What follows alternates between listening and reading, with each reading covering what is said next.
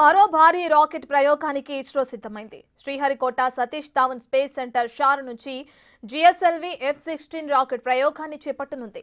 July 30వ తేదీ సాయంత్రం 5:40 GSLV F-16 rocket ద్వారా నిసార్ ఉపగ్రహాన్ని నింగిలోకి పంపనున్నారు.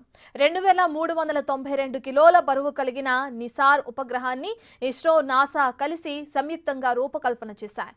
అత్యంత అధునాతన సాంకేతిక పరిజ్ఞానంతో తయారు చేసిన ఈ నిసార్ ఉపగ్రహం ద్వారా వాతావరణ సమాచారం అందుతుందని శాస్త్రవేత్తలు తెలిపారు. మరింత సమాచారాన్ని మా ప్రతినిధి సురేంద్ర అందిస్తారు. భూ పరిభ్రమణంలో వస్తున్న మార్పులు, భూగోళంలో ఏం జరుగుతుందో అనే విషయాలను స్కానర్తో సమగ్ర సమాచారాన్ని అరిచేతిలో పెట్టేందుకు రూపకల్పన చేసిన ఓ రాకెట్ ప్రయోగానికి భారత అంతరిక్ష పరిశోధన సంస్థ ఇస్రో సిద్ధమైంది. ఈ యొక్క రాకెట్ ప్రయోగానికి జూలై 30వ తేదీన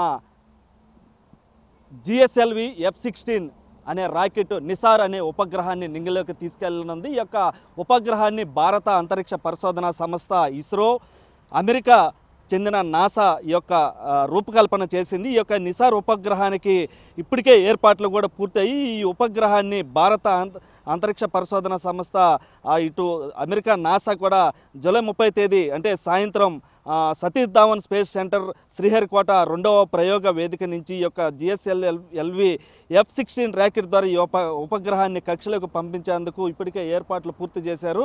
భూమి అణువును 12 రోజులకు ఒకసారి స్కాన్ చేసేసి అడవులు, మైదానాలు, కొండలు, పర్వతాలు, పంటలు, జలవనరులు, మంచు ప్రాంతాలు ఇలా అన్నిటినీ జల్లెడ పడుతోంది ఈ యొక్క నిసార్ ఉపగ్రహం.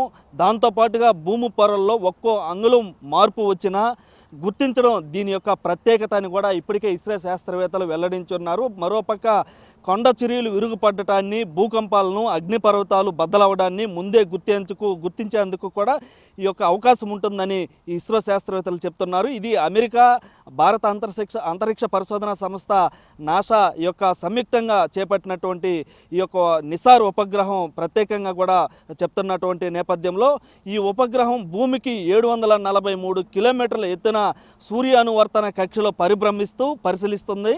దీనిలో నాసాకి చెందినటువంటి L బ్యాండ్, ఇస్రోకి చెందినటువంటి S బ్యాండ్ రాడార్లు రెండింటి డేటాను కూడా సమ్మిళితం చేసే dual frequency synthetic aperture radar 12 మీటర్ల వ్యాసం ఉండే యొక్క జల్లెడ వంటి ప్రత్యేకత కూడా రాడార్ యాంటీనా ఉంటాయని కూడా ఇప్పటికే ఇటు ఇస్రో శాస్త్రవేత్తలు, నాసాకు సంబంధించినటువంటి శాస్త్రవేత్తలు కూడా వెల్లడించి ఉన్నారు. అయితే ఇలాంటి ఉపగ్రహం ప్రపంచంలో ఇదే మొదటి కావడం గమనార్హం. ఇది భూమి పొరల్లో ఒక్కో సెంటీమీటర్ మార్పులు వచ్చినా కూడా గుర్తించడం దీని ప్రత్యేకత. దాంతోపాటుగా భూమిపై, సముద్రాల్లో మంచు పరిస్థితిని ఎంతంత మందంతో ఈ యొక్క మంచు పరిస్థితి ఉంది అన్నటువంటి విషయాలను కూడా క్షుణ్ణంగా ఈ యొక్క ఉపగ్రహం నిసార్ ఉపగ్రహం ప్రత్యేకంగా కూడా చెప్తా ఉన్నారు. అంటే అదేవిధంగా కరిగి నీరుగా మారే తీరును కూడా ఖచ్చితత్వంలో గుర్తించడం, పర్యావరణ ప్రభావాలను గుర్తించడానికి కూడా ఈ యొక్క నిసార్ ఉపగ్రహం కూడా తోడ్పడుతుందని చెప్తా ఉన్నారు. దాంతోపాటుగా తుఫాన్లు, వరదలు, సునామీలు ఇట్లా వంటి వచ్చేటువంటి సమయంలో ఆ యొక్క సహాయ చర్యలకు ఎంతో ఉపయోగపడుతుందని కూడా ఈ యొక్క శాస్త్రవేత్తలు అయితే చెప్తా ఉన్నారు. అయితే ఇది ఖగోళం నుంచి భూమిని అన్ని వైపులా సూక్ష్మ రూపంలో పరిశీలించే నిసార్ ప్రయోగం విజయవంతమైతే భూగోళ సమగ్ర సమాచారం ఇస్రో అరిచేతిలో ఉండడం అనడంలో కూడా ఎలాంటి సందేహం లేదని ఇప్పటికే ఇస్రో శాస్త్రవేత్తలు చెప్తా ఉన్నారు. మరోపక్క ఈ యొక్క నిసార్ ఉపగ్రహం కూడా 2393 కేజీలు కలిగినటువంటి ఉపగ్రహాన్ని ఈ యొక్క జిఎస్ఎల్వి F-16 రాకెట్ కూడా నింగిలోకి మోసుకెళ్ళనుంది. ఇప్పుడు ఈ యొక్క రాకెట్ ప్రయోగానికి కూడా జూలై 29వ తేదీ 2:10 నుంచి 30వ తేదీ 5:40 వరకు ఈ యొక్క కౌంట్డౌన్ ప్రక్రియ కొనసాగుతుంది.